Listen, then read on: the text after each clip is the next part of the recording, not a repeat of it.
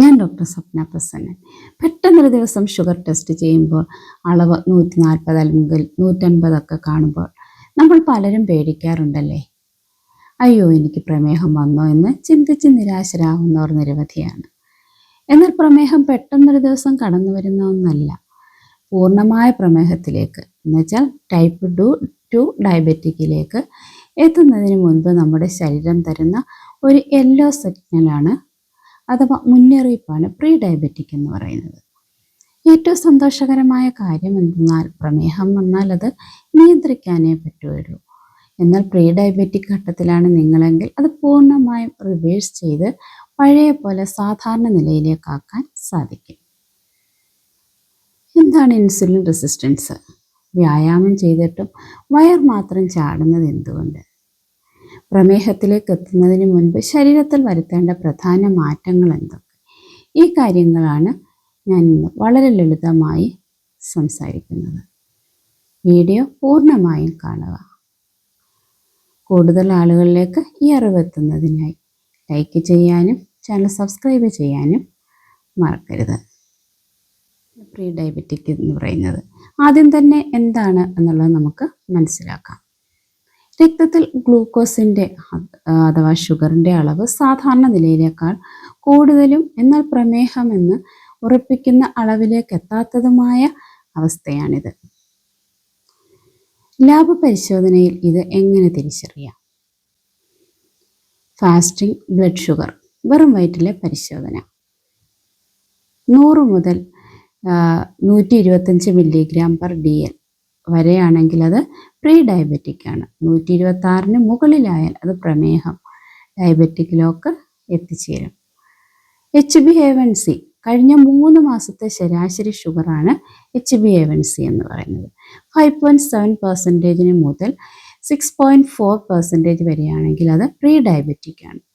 6.5% മുകളിലായ പ്രമേഹം. ഈ അവസ്ഥയിൽ യാതൊരുവിധ ലക്ഷണങ്ങളും കാണണമെന്നില്ല. അതുകൊണ്ട് തന്നെയാണ് ഇതിനെ നിശബ്ദമായ വില്ലൻ എന്ന് വിളിക്കുന്നത്. അടുത്താണ് ഇൻസുലിൻ റെസിസ്റ്റൻസ് എന്നാൽ എന്താണ്? ഇനി നമ്മൾ അറിഞ്ഞിരിക്കേണ്ട ഏറ്റവും പ്രധാനപ്പെട്ട കാര്യമാണ് ഇൻസുലിൻ റെസിസ്റ്റൻസ് എന്ന് പറയുന്നത്.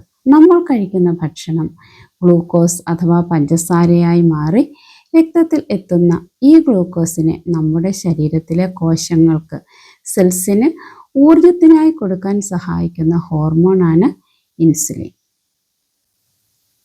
നമ്മളൊന്ന് സങ്കല്പിച്ച് നോക്കൂ. കോശങ്ങളുടെ പൂട്ട് തുറന്ന് ഗ്ലൂക്കോസിനെ അകറ്റാൻ സഹായിക്കുന്ന ഒരു താക്കോലാണ് ഇൻസുലിൻ.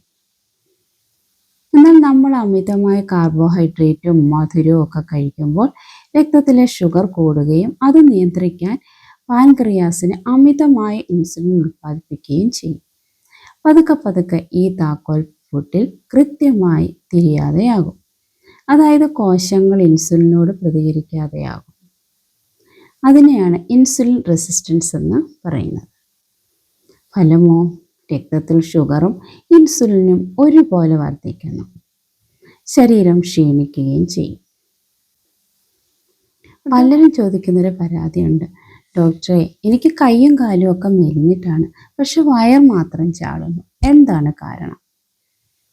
ഇതിന് പ്രധാന കാരണം അമിതമായ ഇൻസുലിൻ്റെ സാന്നിധ്യമാണ്. ഇൻസുലിൻ ഒരു ഫാറ്റ് സ്റ്റോറിങ് ഹോർമോണാണ്, അഥവാ കൊഴുപ്പ് സംഭരിച്ചു വെക്കുന്ന ഹോർമോണാണ്. രക്തത്തിൽ ഉപയോഗിക്കാതെ കിടക്കുന്ന ഗ്ലൂക്കോസിനെ ഇൻസുലിൻ നേരെ കൊഴുപ്പാക്കി മാറ്റി നമ്മുടെ അടിവയറ്റിലും ആന്തരാവയവങ്ങൾക്ക് ചുറ്റും വിസറൽ ഫാറ്റ് കൊണ്ടുപോയി നിക്ഷേപിക്കും. അതുകൊണ്ട് വയറ്റിൽ മാത്രം കൊഴുപ്പടിയുന്നതും ബെല്ലി ഫാറ്റ് എന്ന് നമ്മളതിനെ പറയുന്നത്, കഴുത്തിന് ചുറ്റും കറുത്ത പാടുകൾ വരുന്നത്, അക്കാന്തോസിസ് നൈഗ്രിക്കൻസ്, വിട്ടുമാറാത്ത ക്ഷീണവും ഇൻസുലിൻ റെസിസ്റ്റൻറ്റിൻ്റെയും പ്രീ ഡയബറ്റിക്കിൻ്റെയും പ്രധാന ലക്ഷണങ്ങളാണ്. ഷുഗർ അളവ് സാധാരണ നിലയിലാക്കാൻ ചെയ്യേണ്ട കാര്യങ്ങൾ എന്തൊക്കെയാണ്? ഏറ്റവും പ്രധാനപ്പെട്ട ഭാഗത്തിലേക്കാണ് ഇനി നമ്മൾ പോകുന്നത്. പ്രീ ഡയബറ്റിക് അവസ്ഥയിലുള്ള ഒരാൾക്ക് എങ്ങനെ മരുന്നുകളില്ലാതെ ഇതിനെ മറികടക്കാം? ഇത് ആഹാരക്രമത്തിലൂടെ. ആഹാരക്രമത്തിൽ നമ്മൾ മാറ്റങ്ങൾ വരുത്തുക, ഡയറ്ററി ചേഞ്ചസ്.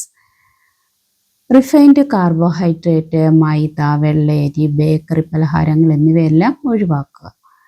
പ്രോട്ടീനും ഫൈബറും അടങ്ങിയ ഭക്ഷണങ്ങൾ ഉൾപ്പെടുത്തുക. അതായത് പച്ചക്കറികൾ, ചെറുപയർ, മുട്ട, ചെറുധാന്യങ്ങൾ, മില്ലറ്റ്സ് എന്നിവ കഴിക്കുക. പ്ലേറ്റ് രീതി. നിങ്ങളുടെ പ്ലേറ്റിൻ്റെ പകുതി ഭാഗം പച്ചക്കറികളും സലാഡുകളും ആക്കുക. 1/4 ഭാഗം പ്രോട്ടീൻ, ബാക്കി 1/4 ഭാഗം മാത്രം ചോറോ തവിടുള്ള ധാന്യങ്ങളോ ആക്കുക. അടുത്ത വ്യായാമം, പേശികളുടെ ആരോഗ്യവും. എക്സസൈസ്. നടക്കുന്നത് വളരെ നല്ലതാണ്. എന്നാൽ അതിനൊപ്പം ചെറിയ രീതിയിലുള്ള റെസിസ്റ്റൻസ് ട്രെയിനിങ്, മസിൽ ഉപയോഗിച്ചുള്ള വ്യായാമങ്ങൾ ചെയ്യുന്നത് ഇൻസുലിൻ സെൻസിറ്റിവിറ്റി വർദ്ധിപ്പിക്കും. ഭക്ഷണം കഴിച്ച ഉടൻ 10-15 മിനിറ്റ് നടക്കുന്നത് രക്തത്തിൽ ഷുഗർ പെട്ടെന്ന് കൂടുന്നത് തടയും. അടുത്താണ് സ്ട്രെസ്സും ഉറക്കവും. രാത്രിയിൽ കൃത്യമായി 7-8 മണിക്കൂർ ഉറങ്ങാത്തവരിൽ കോർട്ടിസോൾ എന്ന സ്ട്രെസ് ഹോർമോൺ കൂടുകയും അത് ഷുഗർ ലെവൽ ഉയർത്തുകയും ചെയ്യും. ലളിതമായ ശീലങ്ങൾ. ദിവസവും ധാരാളം വെള്ളം കുടിക്കുക. പ്രോസസ്ഡ് ചെയ്ത പാക്കറ്റ് ഭക്ഷണങ്ങളും മധുരപാനീയങ്ങളും പൂർണ്ണമായും ഒഴിവാക്കുക. ചുരുക്കത്തിൽ പറഞ്ഞാൽ ഡയബറ്റിക് എന്നത് പേടിക്കേണ്ട ഒന്നല്ല, മറിച്ച് നമ്മുടെ ജീവിതശൈലി മാറ്റാൻ ശരീരം തരുന്ന അവസാനത്തെ അവസരമാണ്. ശരിയായ ഭക്ഷണക്രമത്തിലൂടെയും ലളിതമായ വ്യായാമത്തിലൂടെയും നിങ്ങൾക്ക് പ്രമേഹത്തെ പൂർണ്ണമായും തടഞ്ഞു നിർത്താൻ സാധിക്കും. നിങ്ങളുടെ അവസാനത്തെ ഷുഗർ ടെസ്റ്റ് റിസൾട്ട് എന്തായിരുന്നു? എത്രയായിരുന്നു? അല്ലെങ്കിൽ ഈ ലക്ഷണങ്ങൾ എന്തെങ്കിലും നിങ്ങൾക്കുണ്ടോ? താഴെ കമൻറ്റ് ബോക്സിൽ ചോദിക്കാവുന്നതാണ്.